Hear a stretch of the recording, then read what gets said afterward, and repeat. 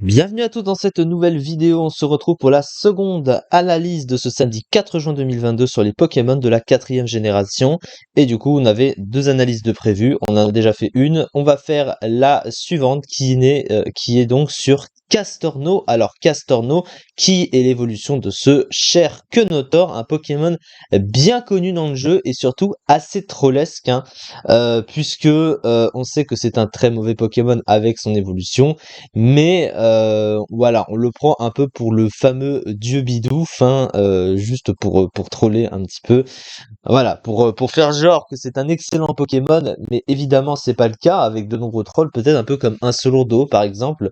C'est vrai que c'est un Pokémon que beaucoup de débutants apprécient, en fait je pense peut-être que c'est ça, en croyant qu'il est très fort, en voulant faire croire qu'il est très fort, alors que évidemment c'est un Pokémon mauvais.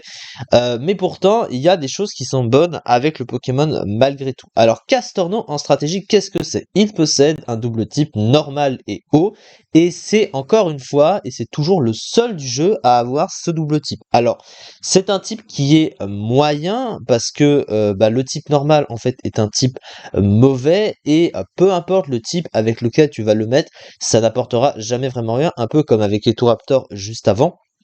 Surtout que tu nerfs du coup un excellent type à côté parce que le type TH, quand tu cherches sur un Pokémon, surtout pour un Pokémon offensif, ce qui est le cas pour Castorno, un double type, tu préfères un double stab qui apporte du coverage défensivement et offensivement.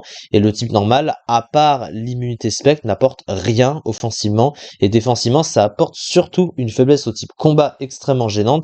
Surtout que de base, le type O est un des meilleurs types du jeu et n'a pas de faiblesse au type combat. Donc ça rajoute une faiblesse à un type qui de base n'en avait pas vraiment besoin.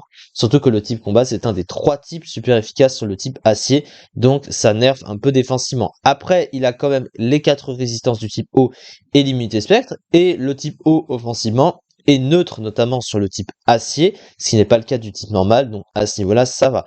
Par contre, il faut quand même noter que encore aujourd'hui, c'est un double type qui est peu résisté dans le jeu, qui joue sur un excellent coverage neutre, hein, 857 Pokémon qu'il touche au moins sur le neutre, donc c'est quand même impressionnant, mais il est super efficace que sur 188 Pokémon, c'est pas ouf, mais quand même, il y a que 31 Pokémon dans le jeu qui résistent au combo de stab, donc il faut quand même lui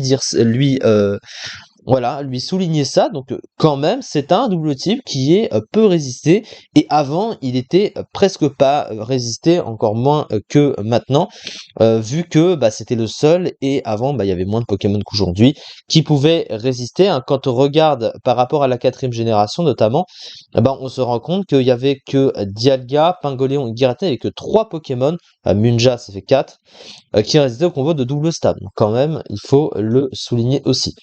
Mais malgré ça, alors les 3 talents du Pokémon sont 3 excellents talents, mais ils ne sont évidemment pas adaptés au Pokémon parce que les stats ne suivent évidemment pas. Alors le premier talent c'est Moody, lunatique en français, qui du coup à la fin de chaque tour booste une stat au hasard de 2 crans et en baisse une en contrepartie de 1 cran. Alors du coup c'est un talent extrêmement pratique. Alors il a été banni quand même dans les tiers stratégiques, donc du coup il n'est pas utilisable de toute façon parce qu'il est quand même très fort, mais le problème de ce talent, c'est qu'il est donné à des mauvais Pokémon, et c'est pour ça qu'on le voit pratiquement jamais, mais il est quand même fort, mais en fait, pour utiliser au mieux ce talent, eh bien, il faut rester longtemps sur le terrain pour que les boosts s'activent, et qu'ils soient adaptés surtout à ton set. Mais du coup, avec des stats comme ça, des stats défensives aussi merdiques, et surtout une puissance pas ouf, voire mauvaise, et une vitesse mauvaise, eh ben,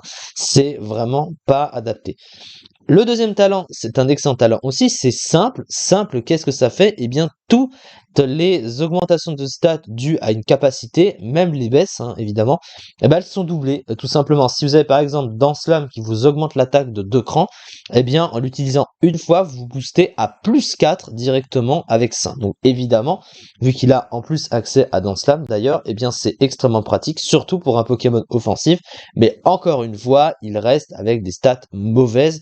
Et puis surtout, il faut qu'il puisse rester pour ce setup sans se faire tuer derrière parce que sinon la puissance qu'il s'est boostée n'aura servi à rien, surtout que vu sa vitesse, vu son bulk, on voit difficilement l'application très utile sur la durée d'un match.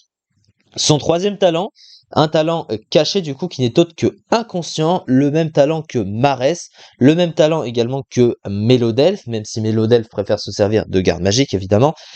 Inconscient, qu'est-ce que ça fait? Eh bien ça ignore tout simplement les boosts de stats venant des capacités de l'adversaire, que ce soit offensivement et défensivement. C'est-à-dire que quand vous attaquez et que l'adversaire est boosté, Inconscient ignore les boosts défensifs de l'adversaire. Et à l'inverse, si jamais il se booste en attaque et qu'il vous attaque, bah c'est comme si qu'il ne s'était pas boosté du coup.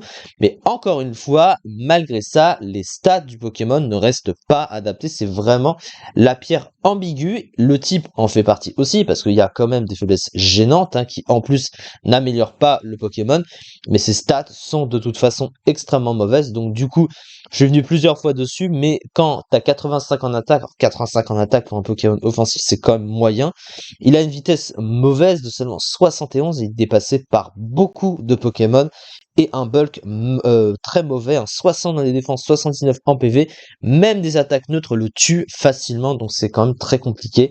Et 55 en attaque spéciale, c'est mauvais, et c'est dommage parce que les rares attaques de coverage qu'il va posséder sont spéciales et il ne peut pas s'en servir. Au niveau du move pool, alors qu'est-ce qu'il a du coup? Alors il n'est pas revenu dans Pokémon épée et bouclier, faut le souligner. Alors au niveau des stabs, il a l'accès à retour notamment. Il a évidemment les autres attaques de type normal classique, mais certaines ont un recul, donc c'est pas vraiment rentable. Il a accès évidemment à cascade sur le côté haut, donc sur son autre stab. Il possède évidemment Aquajet, donc il a une priorité stabée. Il a Hydroqueue, qui est également un autre stab, même si ça peut rater, évidemment. Et du coup, à côté, ses attaques de coverage sont pratiquement inexistantes. Ces rares attaques de coverage qu'il possède, il a Laser Glace, Tonnerre, Fatal Foot, des attaques spéciales, il ne peut pas s'en servir. Surf, même si ça joue sur un stab, il peut pas s'en servir et ça sera toujours moins fort qu'une attaque physique, évidemment, même sur un stab. Il a accès à Danse Lame, donc ça joue avec Simple notamment, donc sur un Pokémon offensif c'est fort.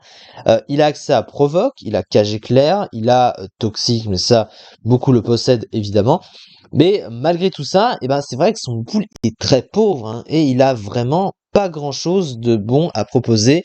Ses coverages sont limités, ses options de soutien sont limitées, malgré le setup, mais encore une fois, avec ses stats, il a du mal à se placer pour s'en servir. Donc ce Pokémon est tout simplement mauvais en fait, malgré un type qui se veut correct offensivement parce qu'il peut résister. Bon, il n'est pas non plus incroyable, surtout que c'est le seul à avoir ce double type, donc du coup s'il se démarque même pas à ce niveau-là, c'est compliqué. Bref, le Pokémon est juste mauvais. Alors il n'est pas inutilisable, mais quand même voilà, ça reste très compliqué à placer. Et surtout, c'est triste parce que les talents sont pas adaptés aux Pokémon, alors que pourtant ce sont de bons talents. Comme quoi, on peut pas avoir tout ce qu'on veut dans la vie. Et c'est vrai que du coup, c'est un peu mal foutu à ce niveau-là d'avoir mis de bons talents à un Pokémon aussi mauvais. La fiche stratégique. Alors du coup, rapidement, une attaque correcte, le talent simple couplé à un bon move full, mais bon, assez restreint quand même. Un double type mauvais défensivement, mauvaise défense, vitesse moyenne, lunatique interdit en PU. Et du coup, ces usages, il était classé ici à la 158e place du classement 0,02%. C'est pas un chiffre, clairement, il a été joué que 31 fois sur 544 matchs, quand même, c'est incroyable. Il est évidemment nul, ce Pokémon, très mauvais. Et voilà, bon, je pense qu'on s'y attendait, mais évidemment, il fallait en parler parce que c'est dans la suite des choses. On se retrouve du coup demain pour la suite des analyses sur les Pokémon de la 4e génération. Merci beaucoup de m'avoir suivi pour cette analyse-ci et à très vite pour une prochaine vidéo.